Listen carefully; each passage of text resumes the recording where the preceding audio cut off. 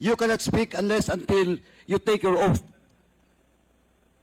That's the rule, internal rules of this House and this committee. You cannot speak unless you take your oath, or else I will move to excuse. Take your oath. May I, Mr. Chair? You can Your all sit down, Honors. ma'am. Upo na po. Thank you. Bakit Your daw po Honor. ayaw ninyo mag-take ng oath? No, Your Honor, I am not refusing to take the oath. Prior to being asked to take the oath, I was trying to explain, Your Honor, that I am not an invited resource person. Second, that I have only been asked now to explain why there was no receipt for subpoena for the persons who are not present here. That is what I am trying to say, Your Honors, respectfully. I just wanted to explain that as part of the Legal Affairs Division of the office, I wanted to explain why we did not receive. In accordance with the rules governing inquiries in aid of legislation, wherein the rules of court suppletorily applies.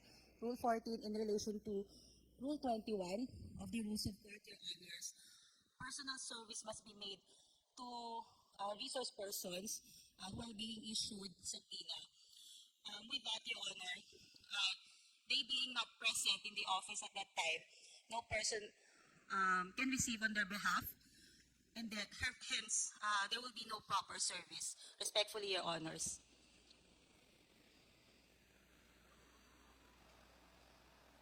Well, we accept that that guidelines, no, that you mentioned a while ago. But you all know that this is an aid in aid of legislation, and the reason why we are trying to course this invitation to the office of the president, we discussed this lengthily already, and the testimony of Attorney Lopez is so important to us, and also si Pajarda, and I think, Mr. Chairman, with this kind of explanation that being manifested by Attorney Tolentino, as much as we accept that that premise of her, but somehow we are all guided with moral decency, no? That somehow, Mr. Chairman, umattend naman po sila dito kahit nasabihin po natin that yun nga po, ito po yung sinasabi nung inyong minention a while ago, but I think somehow sa akin personally that is not accepted. And isang tanong lang, attorney, have somebody told you not to accept all those invitations? No, Your Honor. It was a. So it is in accordance with the rules, Your so Honor. it's your own Attorney, volition. we will recognize you later because hindi po kayo nag-take ng oath. Okay na po. Mr. Chairman. You've already said your piece. Thank Mr. you, Your Chairman. Honor. Congressman May I Paduano, ask you're the recognized. good attorney, what is your role in this? You are not invited, but you are present at today's hearing, and you never take your oath. As Why? legal counsel. What is your presence? Mr. Chair, Your Honor, I am the Chief of Legal Affairs of the Office of the Vice President. So, I am here to represent the institution, Your Honor. And so you are here to represent the institution. You should, before talking, you should take your oath.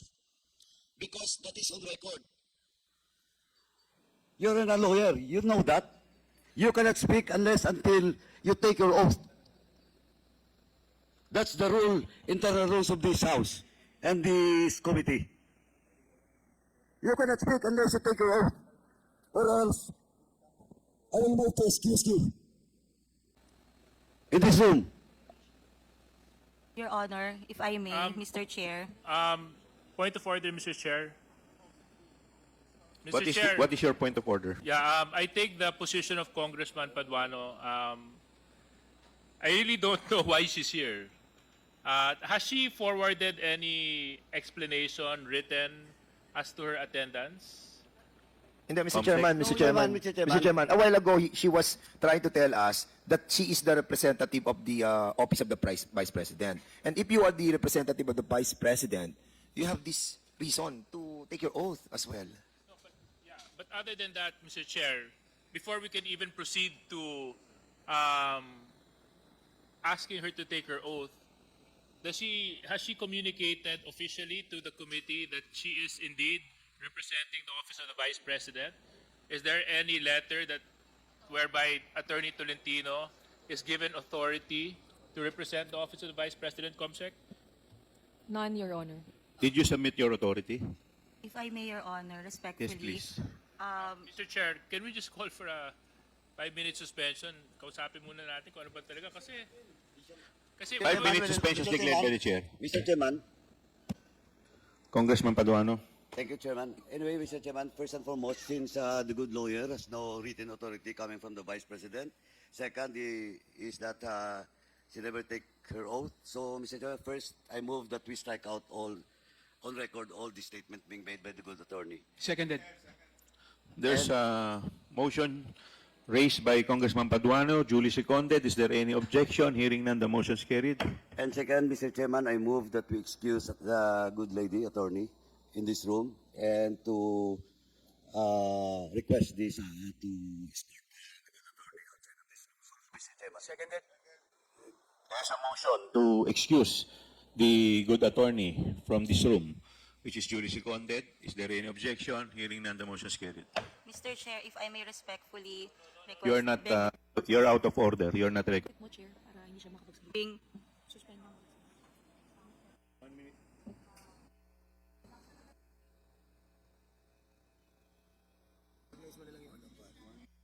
Suspend ko na lang. Your Honor, 1 minute suspension. Paki-excuse na lang po yung paki-excuse na lang po muna yung ating abogado.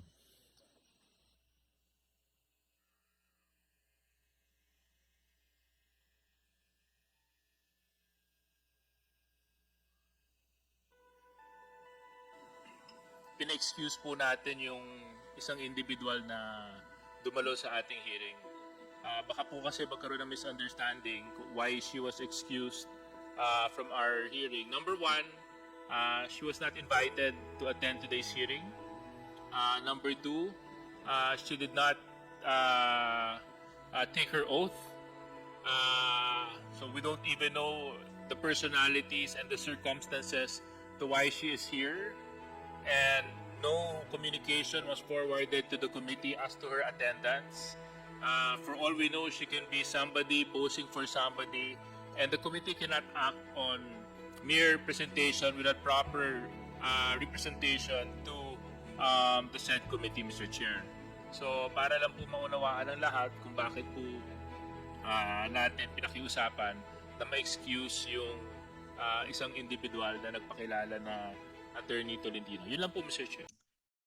Ginawa nilang, kumbaga, kasalanan ni Presidente Duterte yung naging matigas ang kanyang kamay pagdating sa krimen. Ginagamit ngayon niya ng Huwad Committee para palabasin na nagkaroon ng paglabag ng karapatang pantao. No?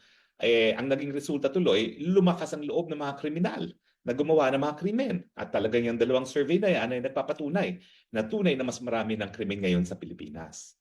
Ang ginawa kasi ni Presidente Duterte, nanampol siya Nanampol siya at palagi kanyang pagbabanta sa mga krimen na itigil na nila yung krimen. Otherwise, talagang sila ay madadali ng kamay na bakal. No? So parang nawala yung ganyang takot sa isipan ng mga kriminal ngayon, kaya dumadaming kriminal sa ating bayan.